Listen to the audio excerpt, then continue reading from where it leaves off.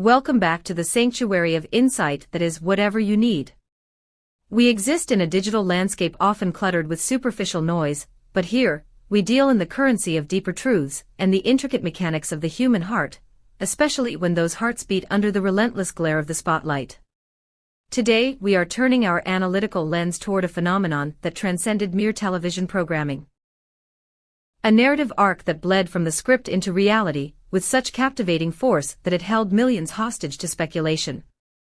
We are speaking, of course, of the undeniable, seismic connection between Erkan Meriç and Hazal Subaşı, the duo who proved that sometimes, the most profound chemistry is not acted, but lived. Before we dissect the anatomy of a confession that changed everything, I need you to solidify your place in our growing community of truth seekers.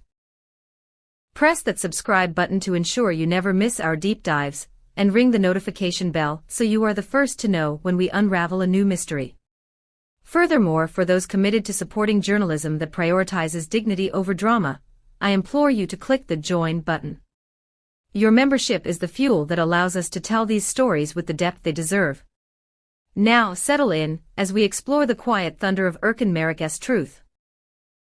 The genesis of this entire saga lies not in a scandalous headline, but in the rarest of cinematic achievements, a casting decision that felt less like a professional arrangement and more like an intervention of fate. When Erkan Meriç and Hazal Subaşı first crossed paths, within the whirlwind environment of a high-stakes production, few could have predicted the atmospheric shift their pairing would cause. Viewers, initially tuning in for a storyline, found themselves captivated by a friction and harmony between the leads that felt impossible to manufacture. On camera, as the beloved characters Serkan and Ida, they did not merely recite lines, they illuminated the screen.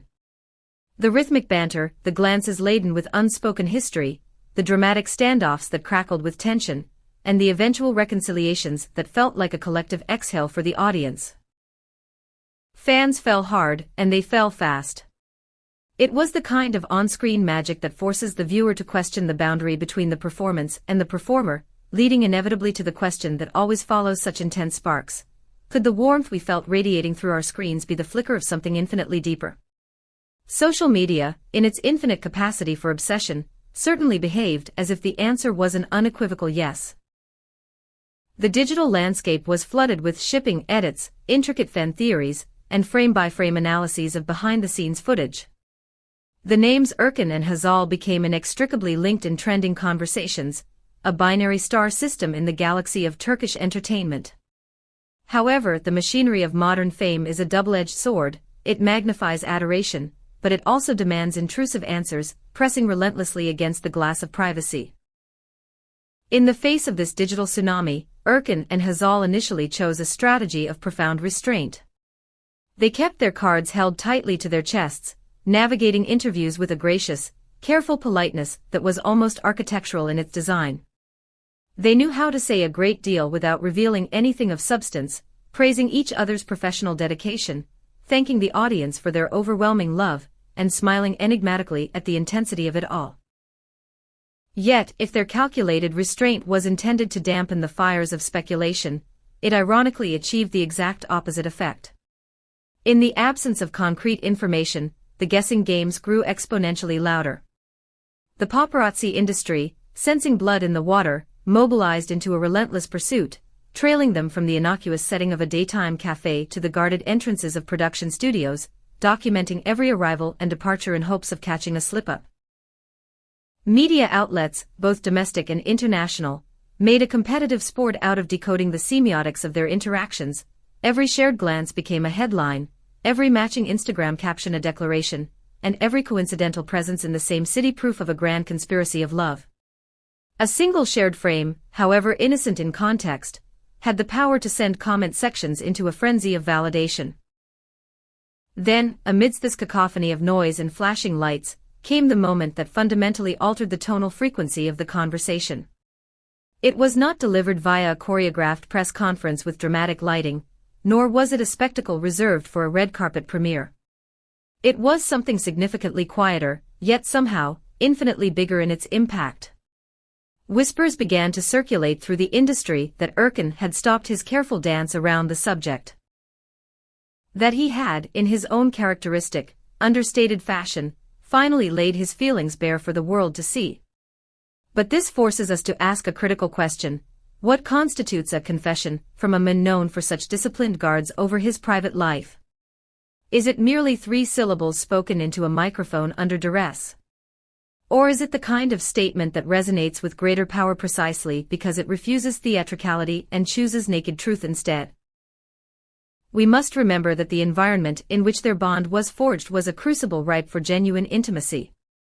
The grueling hours on set, the months of shared routines in high-pressure environments, the strange, forced intimacy of practicing tenderness repeatedly until the line between rehearsal and reality begins to blur, these are potent catalysts. Urkin and Ida were beloved by millions, and carrying that weight can be overwhelming, but it can also forge an unbreakable steel bond between the 2 actors holding the narrative together.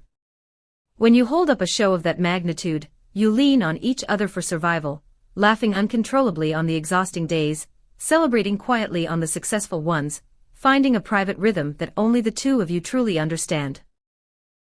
This is the fertile ground where professional respect shifts, gently and imperceptibly, into something softer, stronger, and more enduring. Urkin and Hazal seemed to recognize the precious nature of this shift long before anyone in the public sphere did. They moved with deliberate slowness, navigating their connection without regard for headlines, even as the tide of public opinion kept pulling them relentlessly into the spotlight. Let's pause for a moment of reflection, whatever you need, family. This story highlights the incredible pressure placed on actors when their on-screen chemistry is too convincing. It begs the question, do we, as an audience, sometimes demand too much access to the private lives of those who entertain us? Have you ever found yourself shipping a couple so hard you forgot they were real people needing boundaries? I want to hear your thoughtful perspectives on the ethics of fandom in the comments below. Let's make this a safe space for nuanced discussion. And if this deep dive into the mechanics of connection is resonating with you, please hit the like button to help spread this message of empathy and understanding. Initially, it appeared they were almost allergic to public displays of connection, terrified of feeding the beast of speculation. Then, surely but slowly, the rigid boundaries began to relax. We saw a shared photo that felt less like a promotional obligation and more like a genuine memory, a quiet, almost invisible show of support during a particularly stressful week of filming, standing shoulder to shoulder on a night when the cameras weren't necessary, yet they remained together when the lenses appeared anyway. Fans watched this evolution unfold like the slow burn arc of a well-written season, calm, patient, and ultimately undeniable. Which brings us to the very heart of the matter, the confession that keeps echoing through the fandom. There exist recordings, fragments of conversation, and a handful of interviews where Urkin's standard operating procedure shifts dramatically. He is no longer addressing a talented co-star in the abstract, he is speaking directly about Hazal, about the human being, not just the performer sharing his frame. This is not flattery utilized for the sake of promotion. It is the sound of real, bone-deep respect, the kind that cannot be faked for a press junket. He speaks of her singular empathy and her rigorous discipline, the way she anchors a scene with her presence, and the quiet way she supports those around her without ever demanding credit for her kindness. When her name is mentioned, a smile touches his features that is distinct from the polite, guarded smile of media training. It is the sort of reflexive, genuine smile that occurs before a person remembers there is a lens pointed in their direction. For a fanbase accustomed to analyzing every micro-expression like a script annotation, that shift was a thunderclap. Imagine the archetypal setting, a studio, warm lights, an interviewer leaning forward with the inevitable, prying question about their status. For once, Urkin does not pivot to a safe talking point. He pauses, he weighs his words with visible care, and he lets the truth speak for itself. Perhaps he doesn't offer the cinematic, "I love you," that a headline writer would crave. But he does say, with absolute clarity, that Hazal matters to him in a way that transcends the professional obligations of the frame. He describes her as his anchor on chaotic days, the first call he makes when the noise of the world becomes deafening, a person who makes him better at his craft and happier in his own skin. He acknowledges her formidable strength, her disarming humor, her necessary calm in the storm of their industry. He doesn't tell the media a fairy tale, he tells them the truth. And sometimes, that quiet veracity is louder than any rooftop shout. In light of this, the phrase "the truth about Hazal Subaşı" takes on a profound new meaning. It is not a scandalous reveal in the tabloid sense. The truth is the intricate portrait he paints when he speaks of her, a woman defined by high intelligence and profound generosity, someone grounded in reality, private when she needs to be, warm when she chooses to be, and brave enough to maintain her boundaries in an industry that often demands total surrender. He recognizes these qualities, he cherishes them, and by saying it aloud, he offers the world a privileged glimpse of how he perceives her soul. That kind of recognition, especially coming from a man who rarely lets anyone see past his polished surface, feels like an incredibly intimate gift shared with the public. The reaction to this shift was instantaneous. Social media timelines lit up like a switchboard. Fans, vindicated in their long-held beliefs, stitched together interview clips, added heartfelt subtitles, layered them with evocative music, and turned these fragments into miniature digital love letters. Compilations of their best fictional moments as Urkin and Ida were posted side by side with these newest glimpses of Urkin and Hazal's real lives, proving, to many eyes, that the line between fiction and reality had finally, irrevocably been crossed. Naturally, the world is not monolithic, and not everyone buys the romance in the same way. There were skeptics, as there always are in matters of the heart played out on a public stage. Voices insisting it is merely high-level publicity management, voices demanding that if it is truly real, it ought to be performed more publicly, or perhaps less so. But what ultimately disarms that skepticism is the dignified manner in which Urkin and Hazal have navigated the spotlight. They haven't capitalized on the attention for cheap gain. They have managed the noise without feeding it. They have insisted, through their actions, that intimacy is not content to be mined for clicks. And still, they let us see just enough to understand that what exists between them isn't a stunt, it's a mature, conscious choice. So we arrive at the conclusion of today's deep dive. The title of this video was not a trick, it was a promise fulfilled. Erkan Meriç did indeed open a window into his heart, and what we saw through that glass wasn't scandal, it was substance.